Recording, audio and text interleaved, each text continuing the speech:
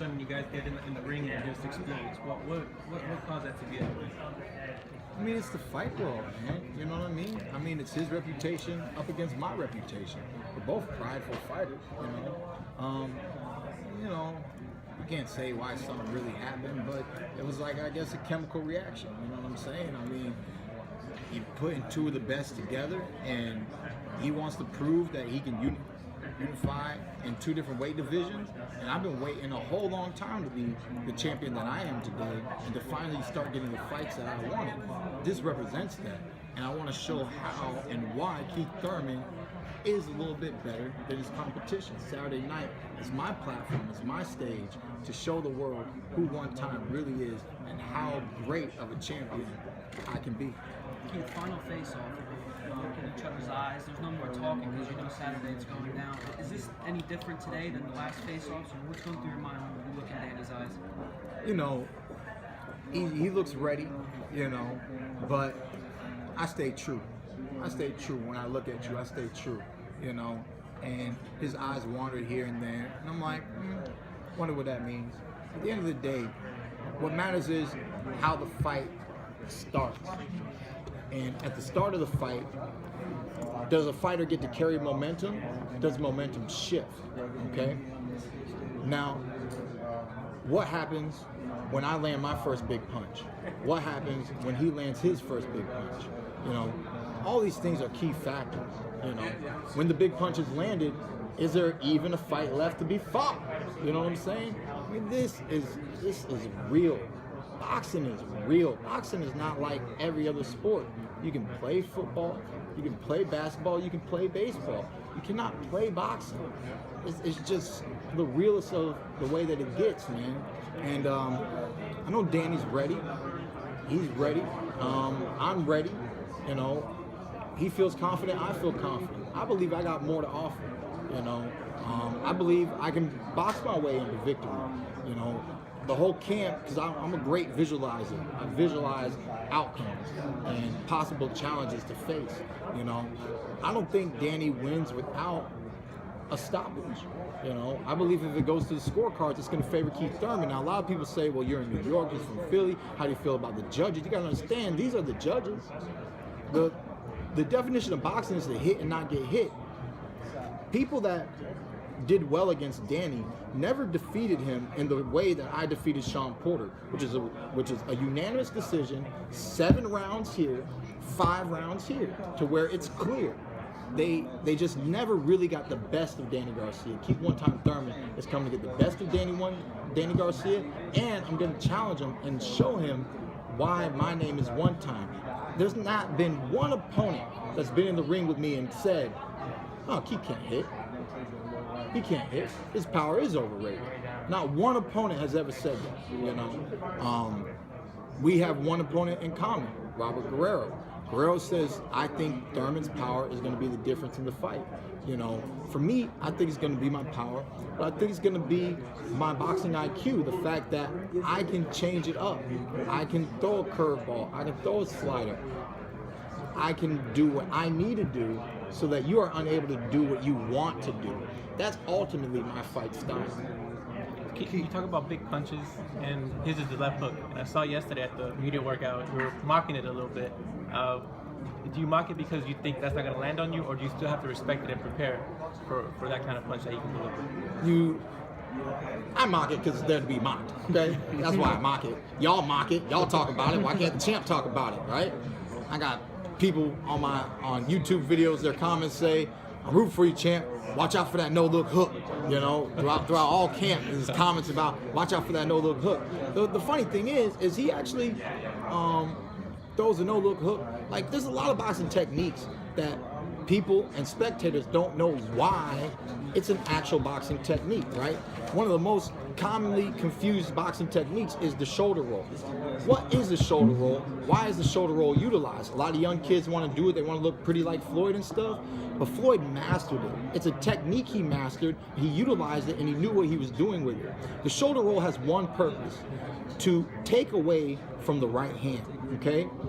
Because the overhand right comes at your chin, and Floyd leans back, which raises the shoulder above your chin, okay?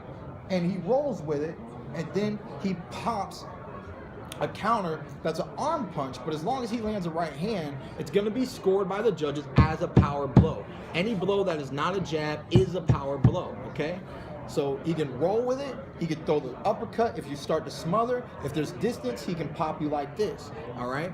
And I started to understand the technique, and I told people when he fought Robert Guerrero, who's a southpaw, he will not do the shoulder roll. I'll put money on it. There's no reason to utilize that technique. He's going to box with both hands up. Reason being is because now you're facing a southpaw.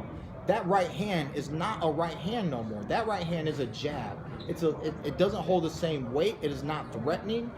There's no need for the shoulder roll technique. You can go back and most likely you'll never see the shoulder roll, or you'll be able to count it on one hand because it's not a necessary technique against southpaws, okay?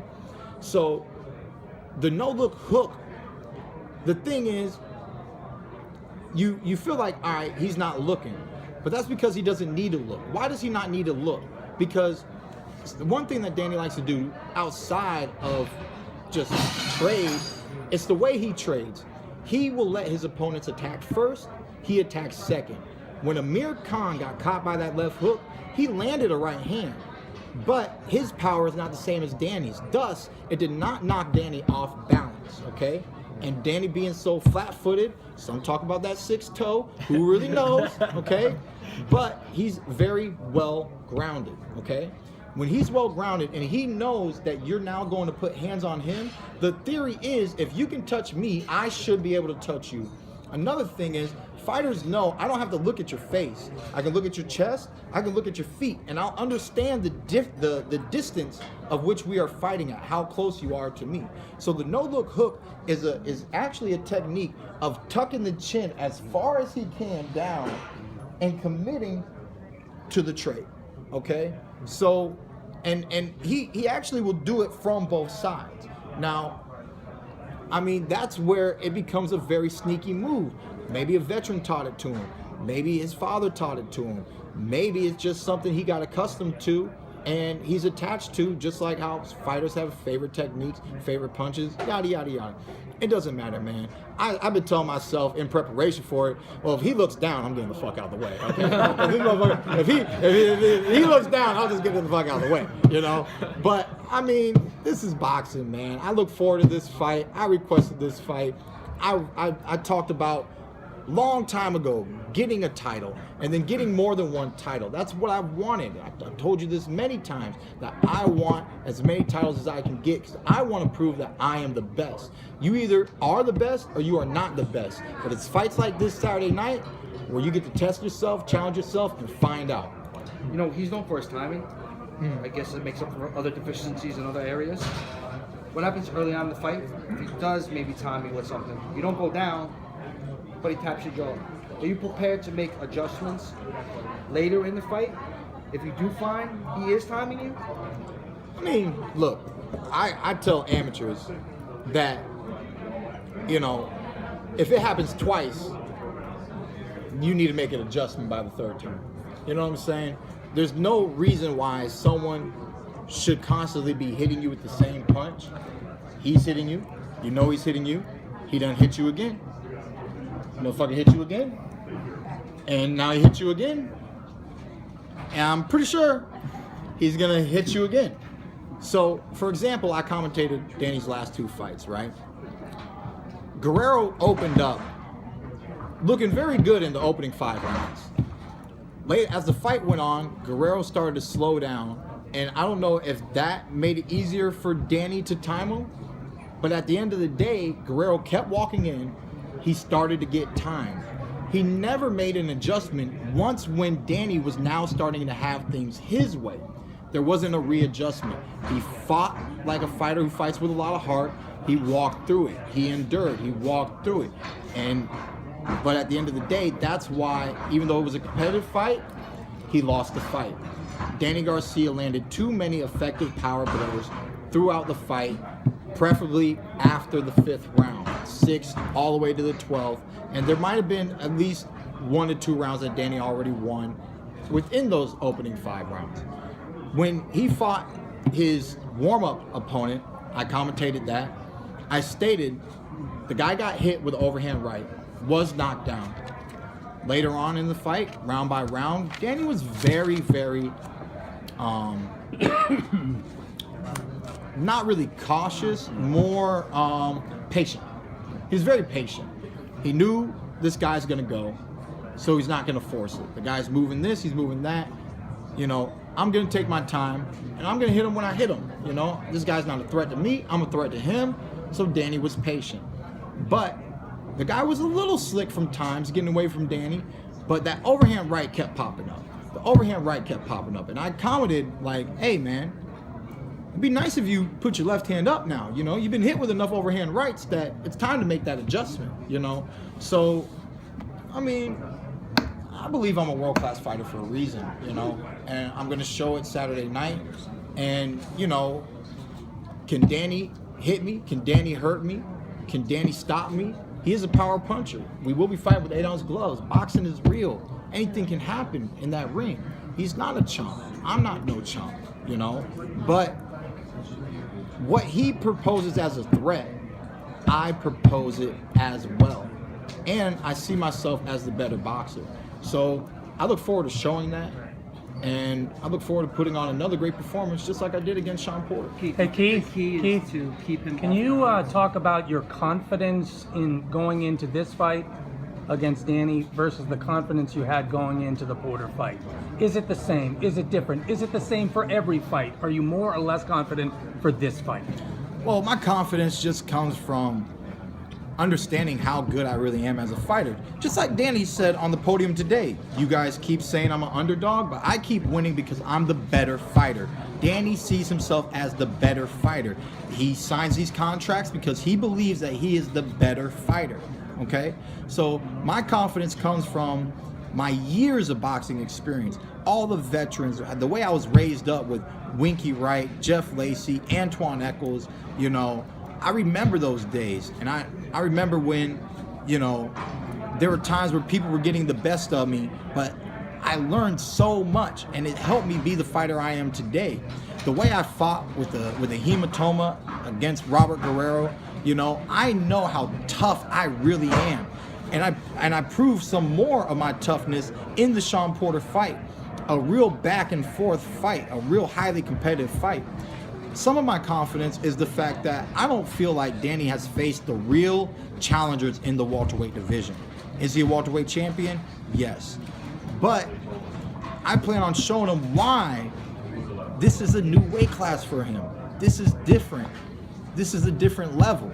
You know, especially when you step into this weight class and you face Keith Thurman. You know, that's my goals, man. You know, I have a lot of confidence, but it comes from just understanding myself, understanding that I'm not one-dimensional. I do have an ego, but I don't let my ego block me from gaining victory. And you've seen that in fighters where they want it to go a certain way, so they force it, they force it, they force it. It's not working, bro. Stop forcing it. You know, the Frampton rematch, right? There was a first outcome, then there was a second outcome. Why? Because he pulled his ego back. He said, this is actually how I need to win. I'm good enough. I have the skills it takes to win this fight. I don't need to be in there trading with this guy inside his range.